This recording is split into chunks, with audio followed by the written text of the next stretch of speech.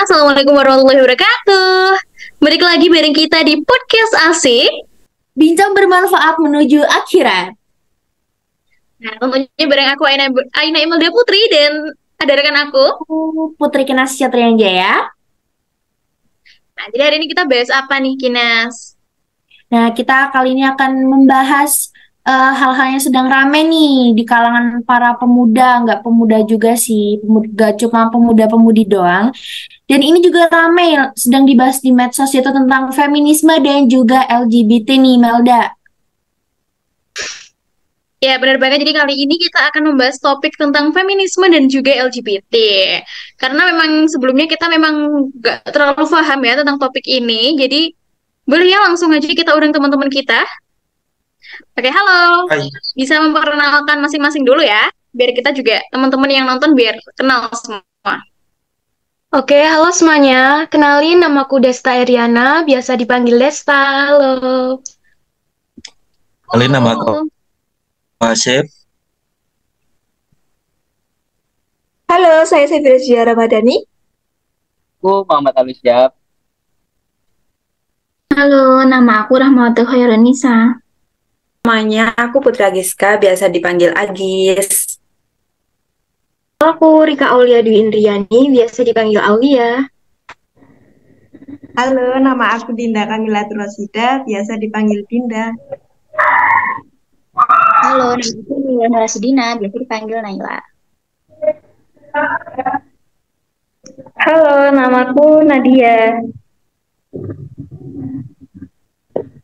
Halo, nama aku Aiga.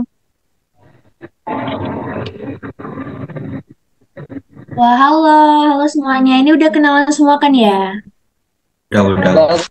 Nah, kita bisa langsung aja nih ke topik pertama, yaitu tentang feminisme. Dan silakan untuk Imelda untuk membacakan pertanyaannya terlebih dahulu. Oke, jadi buat dasarnya dulu nih, biar teman-teman tahu sebenarnya feminisme itu apa sih? Terlebih feminisme dalam Islam. Jadi teman-teman yang tahu boleh dong dijelasin. Spill dikit biar kita ngerti. Oke, di sini aku akan ngejelasin feminisme dalam konteks Islam itu apa. Feminisme dalam konteks Islam itu pembebasan bagi perempuan dan laki-laki dari struktur dan sistem relasi yang tidak adil dengan cara merujuk kitab suci Al-Quran yang diyakini sebagai sumber nilai tertinggi. Aliran feminisme ini berkeyakinan bahwa karena Allah Maha Adil, tentu Islam membawa misi keadilan. Keadilan terhadap siapapun, baik di antara sesama manusia yang berbeda agama maupun jenis kelamin. Menurut aliran ini, Al-Quran hadir dengan mengedepankan wacana keadilan dan kesetaraan gender. Islam sesungguhnya lahir dengan suatu konsepsi hubungan manusia yang berdasarkan keadilan atas kedudukan laki-laki dan perempuan. Itu saja mungkin dari saya ya. Wah, jadi seperti itu ya feminisme di dalam agama Islam. Nah, Teman-teman ada sebenarnya yang mau nambahin juga nggak apa-apa nih iya.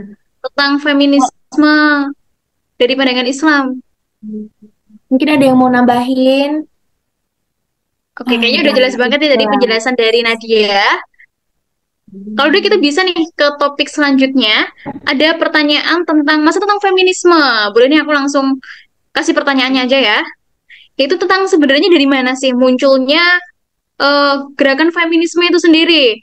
Lalu apakah gerakan feminisme itu dapat diterapkan di agama Islam? Jadi, gerakan feminis ini muncul di Barat sebagai sebuah respon atas apa yang dialami oleh masyarakat di sana. Di sana kan liberal ya. Jadi mereka hidup itu dengan prinsip siapa yang kuat, dia yang selamat. Nah, sedangkan fisik perempuan dan laki-laki jelas berbeda. Ya, pastinya menang fisik seorang laki-laki, di mana lalu kedudukan perempuan di sana itu dianggap lemah. Jika kita membicarakan di dalam Islam ya, feminisme ini kurang pas menurut saya. Sebab Islam sendiri tidak menggolongkan manusia menurut gendernya. Kedudukannya kedudukan keduanya setara jika dalam aspek kemanusiaan. Akan tetapi, tentu hak dan kewajiban laki-laki maupun perempuan itu tidaklah sama di dalam Islam. Ya, Wah, seperti itu. Oke. Nah, ini aku boleh nambahin pertanyaan nggak ini buat kamu? boleh. Itu kan tadi kedudukan antara perempuan dan laki-laki di dalam Islam itu kan sama ya, dan Ya, juga kalau kewajibannya juga beda. mm-mm. Nah, itu tuh aku masih bingung deh. Ini tuh unsur kefeminismean di dalam Islam ini apa sih? Gitu loh, yang kayak langsung merujuk, wah ini feminisme gitu. Oke, aku Bentar, mau bentar. tambahin ya. Oke. Mungkin kalau dalam Islam itu kalau yang feminisme itu lebih ke tanggung jawabnya seorang suami ke istrinya. Kan suami berkewajiban sebagai kepala rumah tangga dan mencari nafkah, dan istrinya sebagai penerima nafkah tersebut. Jadi ada pembeda di antara itu menurutku ya, menurut saya.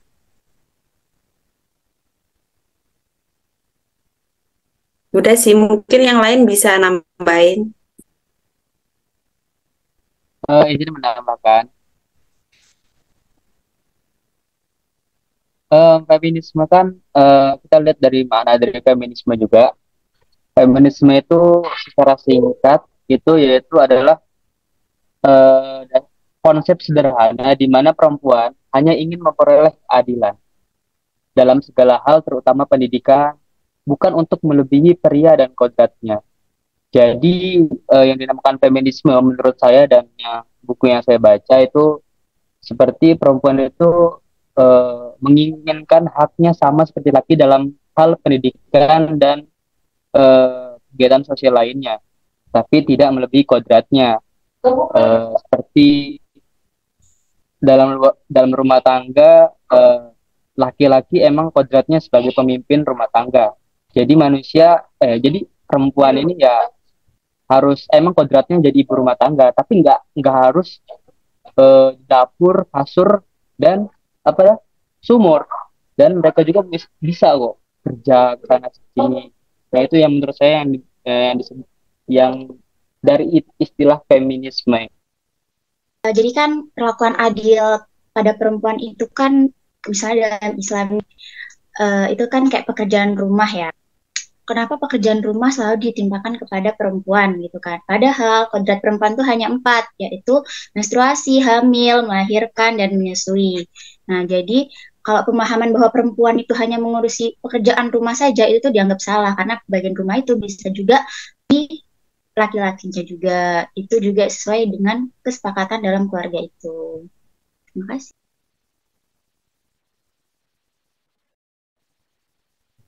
Oke, setuju.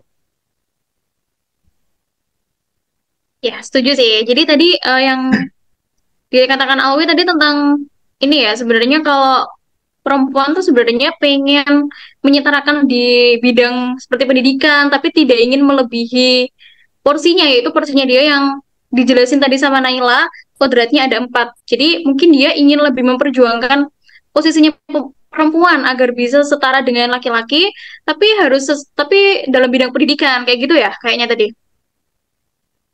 Dan tidak melebihi kodratnya gitu. Jadi tetap di Tuh, yang penting tidak kodratnya. melebihin kodratnya aja ya.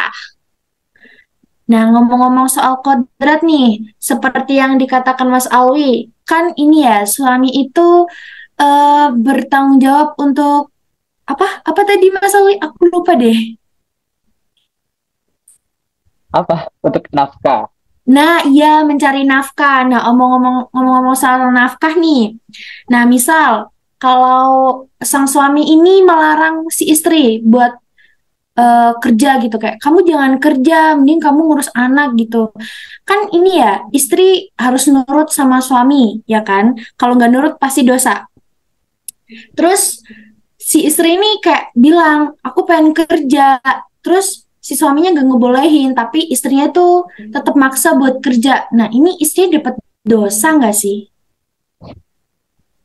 Kalau menurut buku yang saya baca ya itu dosa sih, dosa. Si suami yang melarang istrinya untuk bekerja itu dosa. Karena istri kan mempunyai hak-hak seperti yang dilantun difirmankan Allah Subhanahu wa taala dalam surat An-Nisa ayat 32 dengan arti, dan janganlah kamu iri hati terhadap karunia yang telah dilebihkan Allah kepada sebagian kamu atas sebagian yang lain. Karena bagi laki-laki ada bagian dari apa yang mereka usahakan, dan bagi perempuan pun ada bagian dari apa yang mereka usahakan. Mohonlah kepada Allah sebagian dari karunia-Nya, sungguh Allah Maha mengetahui segalanya. Jadi si perempuan itu berhak untuk bekerja. Itu sesuai kodratnya. Nggak apa? Nggak, ya taat kepada suami lah. Tetap bekerja, tapi dikasih kesepakatan.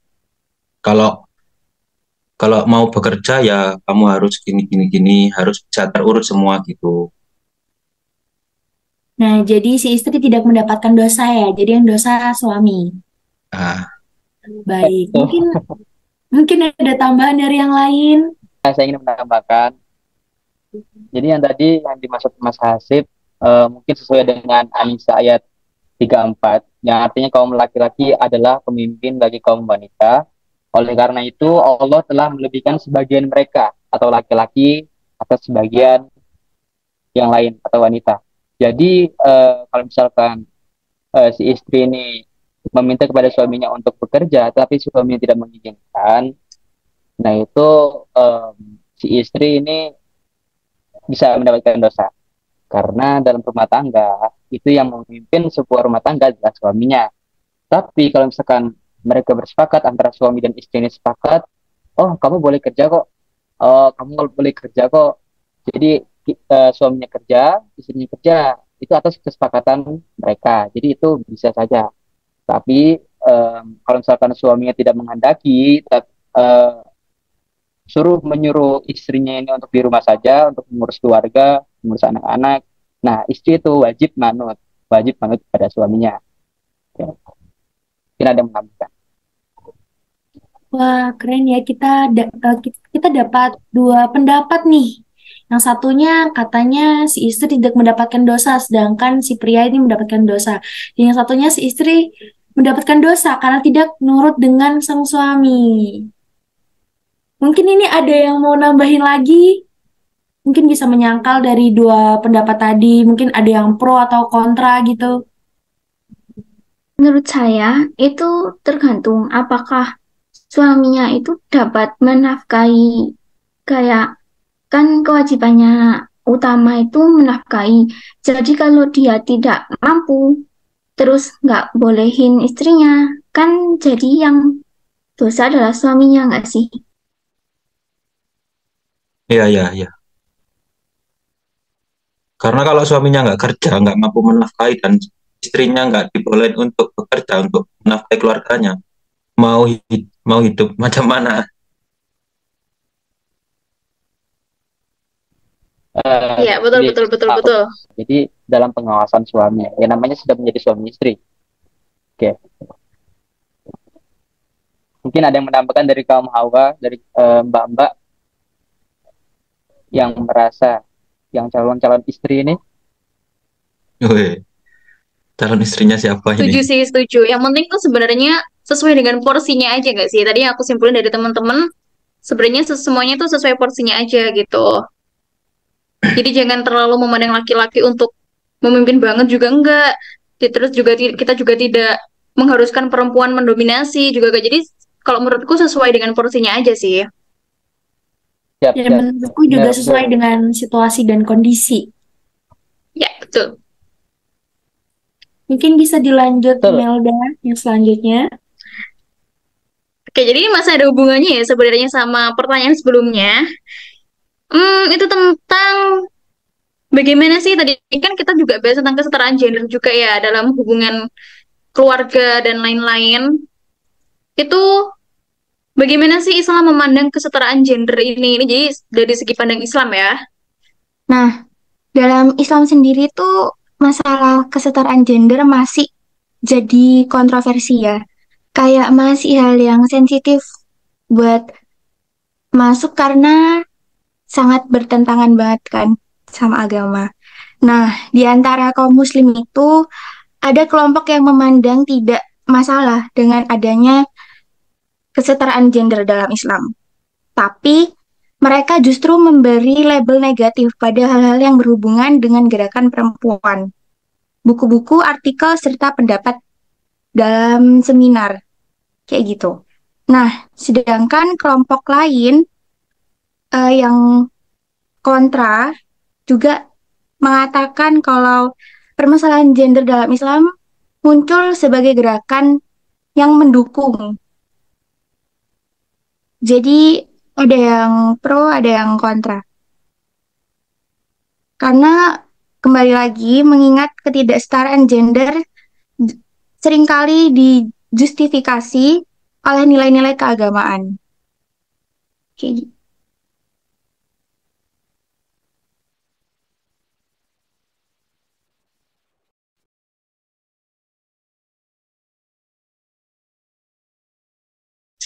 Ya, jadi benar banget ya. Tadi juga ada hubungannya sama pertanyaan sebelumnya ya. Kalau misalkan juga tetap ada hubungannya sama nilai-nilai agama. Yang tadi contohnya apa ya, hubungan antara suami dan istri yang bekerja dan tidak bekerja itu juga kan tadi ada hubungannya juga ya sama nilai-nilai agama yang mengharuskan suami itu harus bekerja, terus istri juga misalkan kalau dilarang ya harus nurut suami itu juga kan termasuk masuk dalam nilai-nilai Islam gitu. Bener nggak, Haiga? Ya, benar Mungkin banget. Oh, Nah, ini nih ada ini bikin bikin kepo sih ini. Nah, biasanya pengikut apa ya? Penganut feminisme ini kan rata-rata perempuan. Bagaimana jika laki-laki menganut feminisme? Itu ada nggak ya? Oke, oke. Aku mau jawab nih. Apakah seorang laki-laki itu bisa menjadi seorang feminis ya? Kan feminis itu kan sesuatu yang dilatar belakangi untuk menaikkan derajat kaum perempuan. Dan kemudian apakah laki-laki bisa menjadi feminis? Kalau menurut aku tuh jawabannya adalah lelaki tuh nggak bisa jadi feminisme karena dikarenakan pada dasarnya kan pengalaman laki-laki itu beda ya sama perempuan. Lelaki nggak bisa jadi feminis, tetapi dia bisa menjadi pro-feminis, yaitu sebagai pendukung gerakan-gerakan feminis. Dan kalau gitu, apakah lelaki punya harapan gitu menjadi seorang feminis? Begini, kalian tahu patriarki kan? Kan Ya, secara iya, iya, iya. Pernah sadar denger sih, nggak pernah sadar dengar. kan patriarki itu kan lebih menguntungkan kaum laki-laki. Dan ketika muncul istilah feminisme, itu laki-laki biasanya menggunakan istilah itu untuk mendekati perempuan. Jadi, sumpah bukannya bikin kedudukan jadi setara, hal semacam itu bikin lelaki jadi ngerasa lebih tinggi gitu. Lagi pula kan nggak sepatutnya kita menyebut seorang lelaki itu sebagai feminis berdasarkan klaim semata. Rekam jejaknya kan mesti diperiksa dari ujung ke ujung. Apakah lelaki itu selalu mendengarkan pendapat perempuan, atau apakah kalau pacaran masih jadi pengatur tunggal, atau apakah sudah benar-benar bisa bersahabat dengan kawan-kawan yang LGBT. Jadi kalau menurut dari sumber yang aku baca, dengan kata lain, satu-satunya cara untuk membuktikan kefeminisan seorang lelaki adalah menunggu laki-laki itu mati, gitu. Udah cukup dari aku. Ini jadi yang dimaksud tuh feminisnya itu feminis perilaku dari laki-laki itu. Iya.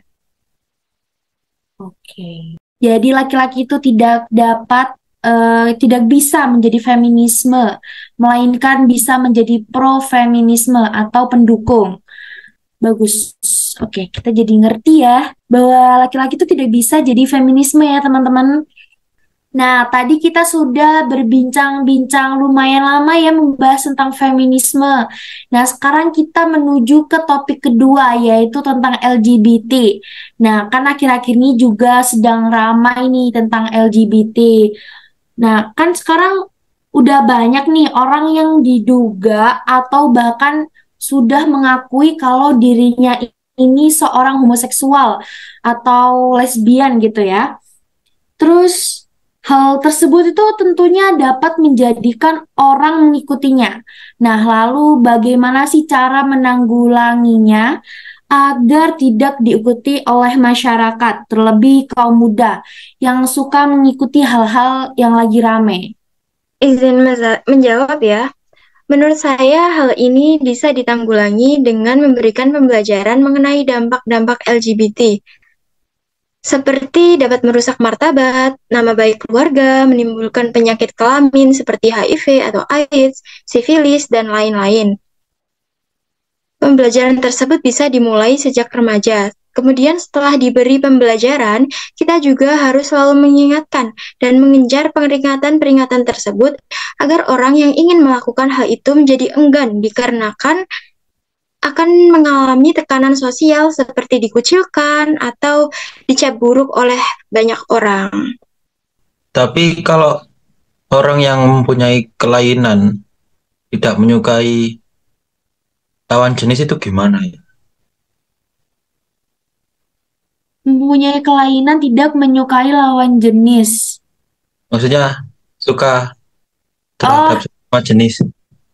mungkin ada yang mau nambahin ini atau ada yang mau menjawab pertanyaan dari Hasib? Izin menjawab. Oke. Oke, menurut saya kaum-kaum yang seperti ini atau bisa disebut dengan LGBT, kelainan dalam menyukai sesama jenis, itu mungkin bisa diberikan dia hak feminisme, tapi bukan dalam hal untuk menyukai sesama jenis, bukan mendukung hak itunya, tapi memberikan hak bagi mereka untuk apa namanya layanan kesehatan untuk itu kan penyakit sih, LGBT itu kan penyakit sih, kayak kelainan itu. Jadi kita memberikan hak pada mereka untuk memberi layanan kesehatan untuk mengurangi ataupun menyembuhkan penyakit mereka, mungkin secara psikologis ataupun dalam hal-hal yang lain. Tapi itu berarti bukan berarti kita memberikan hak feminisme itu bukan memberikan dukungan untuk kelompok-kelompok seperti itu. Mungkin itu dari saya. Mungkin selain dari psikologi atau psikiater bisa berdamailah ya sama diri sendiri, buka cuman coba buka hati sama pikiran gitu. Kalau menurut ada kelainan yang dalam dirinya seperti itu, yang suka sama sesama jenis. Mungkin tantangan bagi kita aja LGBT ini udah dianggap normal bagi sebagian orang atau bahkan banyak orang. Mungkin di luar sana di negara barat kelompok LGBT itu malah didukung, malah diperjuangkan hak-haknya karena dengan dasar HAM. Karena itu hak mereka. Kita dukung, jangan ditindas. Tapi kan itu kalau misalkan kita lihat dari sisi agama ataupun dari sisi norma, itu sangat tidak patut. Jadi ya Itu sangat kecil. Ya, betul Kecil. makasih. Nah, Kan LGBT itu kan dari dulu kan ada kaumnya Nabi Lut itu kan kaum Sodom kan. itu PR bagi kita semua, bagi anak-anak muda ini. Terus gimana gini agar LGBT ini nggak masuk di Indonesia atau mau masuk ke lingkungan kampus, semoga aja nggak ada. Dan naasnya sudah ada yang masuk nih kebetulan. Siapa Emang iya? itu? Kebetulan aku Siapa juga tuh? kebetulan aku juga pernah dengar berita ini sih. Jadi kayak sepertinya udah ada juga ya. Oh, ada juga ya. Iya, Oh, udah maaf. rame juga ini di base kita ya, di base kampus kita. Waduh, kita singgung nih. Wah, Iya. ini ngomong-ngomong soal apa ya, pelaku homoseksual atau pelaku LGBT nih. Semisal nih, secara tidak diinginkan, teman kalian atau kamu nih memasuki dunia LGBT tersebut. Kalian itu bakal ngapain sih kalau misalkan udah kejebak? Bukan kalian deh, misal teman kalian udah kejebak di dalam dunia LGBT ini. Tindakan kalian apa ke teman kalian? Berhubungan saya berada di negara yang belum menormalkan LGBT dan penganut ajaran Islam, jadi ya langkah pertama saya mengingatkan dia. Siapa sih yang nggak tahu kisah kaum Nabi Lut? Pasti udah menyebar ke pelosok dunia kan, tapi sebagian yang sudah tahu memilih menutup mata. Manusia emang dasarnya gitu kan, udah tahu itu salah, tapi karena saking sukanya dengan hal itu, pasti akan melakukan apapun agar yang disukai itu diterima dan disetujui oleh yang menentang mereka. Bahkan ada yang sampai mencari pembenaran di kitab suci atau meminta revisi agar sesuai dengan keinginannya. Dalam Islam sudah dijelaskan perilaku tersebut merupakan perbuatan terlaknat. Pada zaman Rasulullah, para pelakunya yang berzina sebelum menikah akan dicambuk 100 kali dan diasingkan setahun. Kalau udah menikah, akan diranjam sampai mati. Tapi sekarang nggak mungkin diterapkan, karena mereka menggunakan perisai hak asasi manusia atau HAM itu tadi atas perbuatan mereka. Mirisnya, perbuatan seperti itu dilindungi, sementara masalah yang justru lebih membutuhkan hak asasi manusia malah dibungkam. Contohnya, genosida rakyat Palestina yang sudah terjadi lebih dari 3 tahun, Irak juga mengalami hal yang sama, dan saya yakin masih ada negara-negara lain yang mengalami hal serupa, tapi tidak terekspos. Kalau udah diingetin, tapi masih ngeyel gimana? Atau sampai bilang, kamu yang belum ngerasain sendiri, mending gak usah sok tahu. Atau, kalau perbuatan gini dilaknat, ngapain Tuhan nyiptain LGBT? Oke, pertama saya mencari dan menemukan faktor yang membuat seseorang menjadi LGBT. Yang pertama, kasus seseorang dengan 2 gender atau 2 jenis kelamin. Yang kedua, dia memiliki tabiat itu sejak lahir atau ya kelainan mental tadi. Terus yang ketiga, faktor lingkungan, terutama sosial, seperti pertemanan, pergaulan. Yang keempat ada trauma.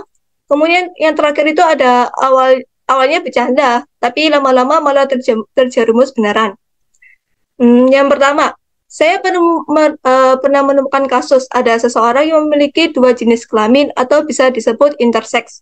Dan menurut saya, transgender diperbolehkan. Dalam tanda kutip, dia memang memiliki kelainan seperti itu. Karena nanti si pengidap ini akan memilih gender atau hormon yang lebih mendominasi. Terus yang kedua tadi, saya pernah menemukan kesaksian salah satu pelaku LGBT yang mengatakan dia sudah seperti itu sejak lahir.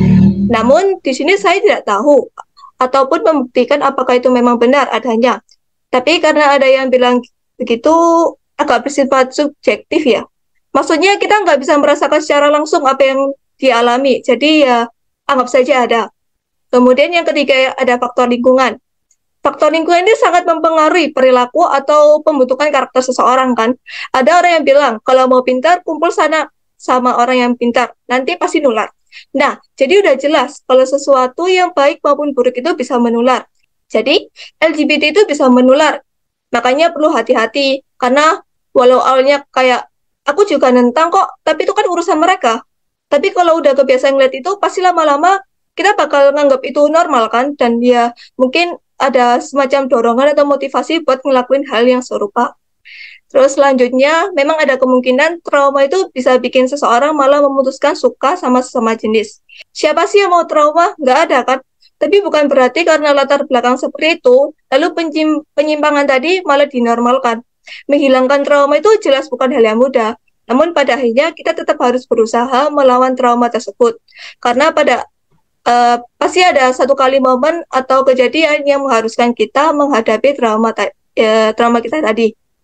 Terus pelaku LGBT ini bisa juga dimulai dari candaan ya. Biasanya kan ada yang iseng-iseng tuh, nyari sensasi baru, tapi malah jatuh terlalu dalam. Saya yakin apa yang dilarang oleh Allah itu pasti ada alasannya, dan alasan-alasan tersebut demi kebaikan manusia itu sendiri. Dan terbukti dari segi kesehatan, hubungan seks sama jenis memang nggak baik. Salah satunya yaitu kalau lubang anus sering dimasuki, nanti buang air besarnya tidak terkontrol lagi. Alasan lainnya yang saya temukan tentunya masalah populasi manusia nantinya ya.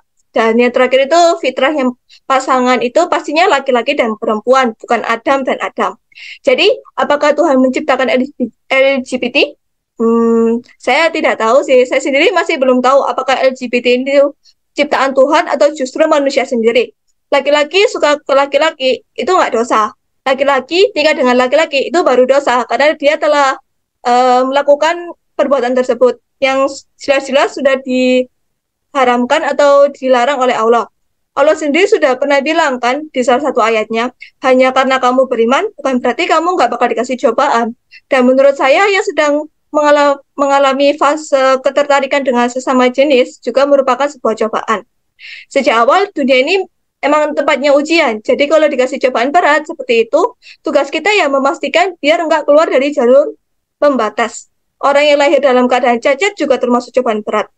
Orang dalam kondisi sakit-sakit juga cobaan berat. Orang yang memiliki masalah mental juga cobaan berat. Tapi kalau udah dijelasin sepanjang itu, tapi teman ini nggak mau dengerin, mau dibantu keluar tapi malah ngelunjak, ya sudah. Yang penting saya sudah mengingatkan. Lagi pula keputusan yang diambil dia pada akhirnya nanti itu tanggung jawabnya dia sendiri, bukan saya. Dan ini pendapat saya dari sudut pandang orang Islam. Wah, penjelasan dari Safira panjang sekali ya. Ini aku mau ngambil dikit deh. Tadi kan karena bercandaan. Terus yang kedua karena lingkungan juga kayak lingkungan pertemanan. Misal nih, kan takutnya kalau misal ya, kan tadi katanya bisa dari lingkungan pertemanan ya. Jadinya nanti menular. Iya. Kalau dari kalian atau mungkin Safira sendiri ya, ini kalian milih, misal kalian punya temen dia LGBT, kan lebih milih buat masih temenan sama dia atau udah kita cut off aja gitu. Jadi kayak lebih baik itu membatasi aja dan mungkin kita bisa agak kalau kita mau dan kita mampu, kita mungkin bisa bantu dia untuk keluar dari dunia itu. Walaupun emang susah ya kalau sudah terlalu terjerumus itu, ya gitu. Soalnya kan walaupun begitu kan kita juga melihat dari sisi manusianya juga kan. Bisa jadi dia walaupun LGBT juga berguna buat kegiatan yang lainnya gitu. Jadi kayak nggak langsung di-cut gitu, cuma membatasi aja. Kita harus kayak hati-hati biar gak ketularan atau menormalkan hal tersebut. Kalau dia yang ngelakuin itu kita minggir aja. Jangan sampai kita lihat, soalnya takutnya nanti kalau udah kebiasaan lihat, kita malah kayak menganggap itu normal gitu. Gitu aja. Ya, bener. Mungkin ada yang mau nambahin lagi? Izin menambahkan, Oke. contoh faktor lingkungan yang mendorong seseorang berbuat LGBT yaitu sering melihat orang tuanya bertengkar, cerai atau kekerasan dalam rumah tangga yang menjadikan anak itu menyimpulkan bahwa ternyata menjalin hubungan lawan jenis itu banyak kontroversialnya. Jadi mereka memilih untuk menjalin hubungan LGBT. Itu. Jadi karena melihat pertengkaran tadi, jadi kayak mikir, duh ini hubungan suami istri kok gini banget gitu. Nah itu juga real adanya ya, soalnya saya juga ada kenalan kayak gitu juga. Saya mengutip dari laman statistika tahun 2021, di 27 negara itu mengungkapkan bahwa hanya 70% responden yang tertarik secara seksual kepada lawan jenis. Sekitar 3% responden menyatakan bahwa dirinya dengan tegas bahwa mereka adalah homoseksual, baik itu gay ataupun lesbi. Dan 4% mengaku sebagai biseksual, dan yang 1% mengaku bahwa dirinya panseksual atau omniseksual. Omniseksual saya baru denger nih, mungkin bisa dijelasin ya mengenai omniseksual. Mungkin dari teman-teman sendiri juga pasti masih tabu. Apa sih Masih asing banget, aku juga baru denger kali ini. Ya kan? Mungkin bisa dong, biar teman-teman tahu nih. Karena emang baru denger kali ini juga ya. Ya tuh, apa tuh? Jelasin dong. Dua-duanya nggak sih? Dua-duanya. Boleh. Omni itu dari saya beranggapan sama dengan kata omnivora. Jadi orang itu tertarik pada semua jenis kelamin. Iya, Waduh. Bisa. kalau menurut pandangan saya nih, yang saya tahu kalau suka dua jenis kelamin itu masuk ke dalam biseksual. Pak, omniseksual itu ya gak mesti manusia ya. Soalnya saya pernah itu lihat berita itu. Oh, hewan. Ya, sama hewan. Ada Sama hewan. Oh, iya. Loh. Ya. Aku juga baru tahu kalau hewan bisa kayak gini. Loh iya, ada. Oh, iya. Ya segalanya gitu berarti. Semuanya. Aku dengar ya itu beritanya tuh manusia sama ayam itu kayaknya bukan omniseksual deh. Jadi kayak dia tuh melampiaskan apa rasa seksualnya itu terhadap hewan karena dia kan mungkin nggak punya misalnya pacar atau istri gitu. Sebentar. Ternyata itu loh. Omniseksual itu sebutan lain buat panseksual. Jadi dia suka sama orang lain terlepas dari gendernya dia apa. Itu bukannya omniseksual itu bukannya yang main kelaminnya sendiri. Oh iya ta? Loh. Ini gimana ini? Onani itu, yang onani itu. Iya kayaknya. Tapi aku lihat di Google banyak yang bilang Guys, itu aku mirip baru tahu. Jadi panseksual. kalian yang tahu boleh dong Yang jelasin. seksual itu individu yang merasa tertarik secara seksual terhadap dirinya. Aku cari di artikel ya. Jadi itu ada orang yang bilang kalau omniseksual itu penyuka segala hal. Tahu kayak apa tuh namanya istilahnya idol K-pop atau anime gitu. Nah, ini sebentar. Ini ada satu nih yang harus ditanyakan nih. Solusi untuk menanggulangi para kaum LGBT menurut Islam ya. Menurut aku sih solusinya itu pasti yang pertama ya menjaga keluarga kita. Mulai dari teman atau misalnya jangan pacaran-pacaran dulu nih. Nah, kayak gitu. Apalagi dalam Islam kita kan nggak berhalwat ya berdua-duaan dengan lawan jenis atau pacaran gitu kan. Terus yang kedua tuh semisal dari kecil tuh jangan ditengok dengan film-film atau film-film pornografi atau yang jurus ke situ.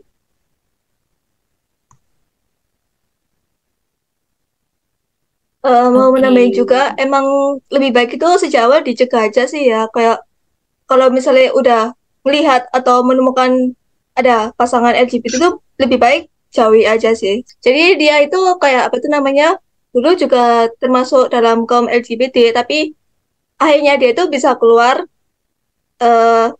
karena dia sering minta petunjuk kepada Allah, terus dia juga selalu menahan diri ya dari godaan-godaan yang dia rasakan dari nafsu-nafsunya itu. Jadi ya emang buat nyembuhin pelaku LGBT ini emang susah sih, soalnya kan otomatis dia kayak perang batin kan. Jadi kayak harus pintar-pintar menahan diri aja sih. Kayaknya udah dibahas semua ya tentang feminisme, LGBT juga, tentang solusinya, fakta-fakta yang terjadi tentang topik-topik itu. Kayaknya udah cukup juga ya, Kinas ya. Bener, kita udah ngebahas banyak banget ini sampai waduh ini udah di luar kendali kita. Betul, mungkin kita bahas lagi di episode selanjutnya aja kali ya. Biar lebih berfokus gitu. Bener. Bye-bye. Mungkin cukup di sini aja. Aku Imelda dan rekan aku Kinas. Sebelumnya terima kasih juga buat teman-teman yang sudah mau menjawab dan sudah mau menjelaskan tentang topik kita hari ini. Sampai ketemu di episode selanjutnya. Tetap di podcast asik. Apa tadi? Lupa. Iya, apa tadi? Tetap di podcast asik. Bincang bermanfaat menuju akhirat. Oke. Terima kasih semuanya. Jadi sekali lagi, terima kasih semuanya. Aku tutup ya. Wassalamualaikum warahmatullahi wabarakatuh.